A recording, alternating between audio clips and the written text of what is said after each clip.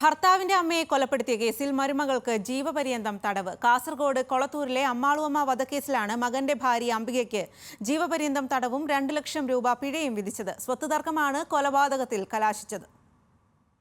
2014 കേസിനാസ്പദമായ സംഭവം. വീടിന്റെ ചായ്പിൽ ഉറങ്ങിക്കിടക്കുകയായിരുന്ന അമ്മാളുവമ്മയെ മകന്റെ ഭാര്യ അംബിക കഴുത്തുഞെരിച്ചും തലയണ കൊണ്ട് മുഖത്തമർത്തിയും നൈലോൺ കയറുപയോഗിച്ച് കഴുത്തിൽ മുറുക്കിയും കൊലപ്പെടുത്തുകയായിരുന്നു.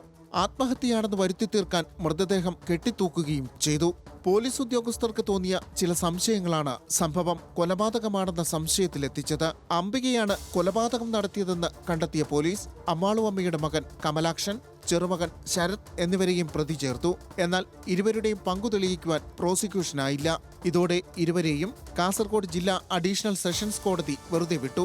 തെളിവുകളുടെയും സാക്ഷിമൊഴികളുടെയും അടിസ്ഥാനത്തിലാണ് ഒന്നാം പ്രതി അംബികയ്ക്ക് ജീവപര്യന്തം തടവും 2 ലക്ഷം രൂപ പിഴയും വിധിച്ചത്. സ്വത്തുമായി ബന്ധപ്പെട്ട തർക്കമാണ് കൊലപാതകത്തിന് കാരണമെന്നും പ്രായം, കുടുംബത്തിന്റെ സാഹചര്യം എന്നിവ കണക്കിലെടുത്ത് ശിക്ഷാ ഇളവ് നൽകാനാകില്ലെന്നും ജഡ്ജ് എ മനോജ് വ്യക്തമാക്കി.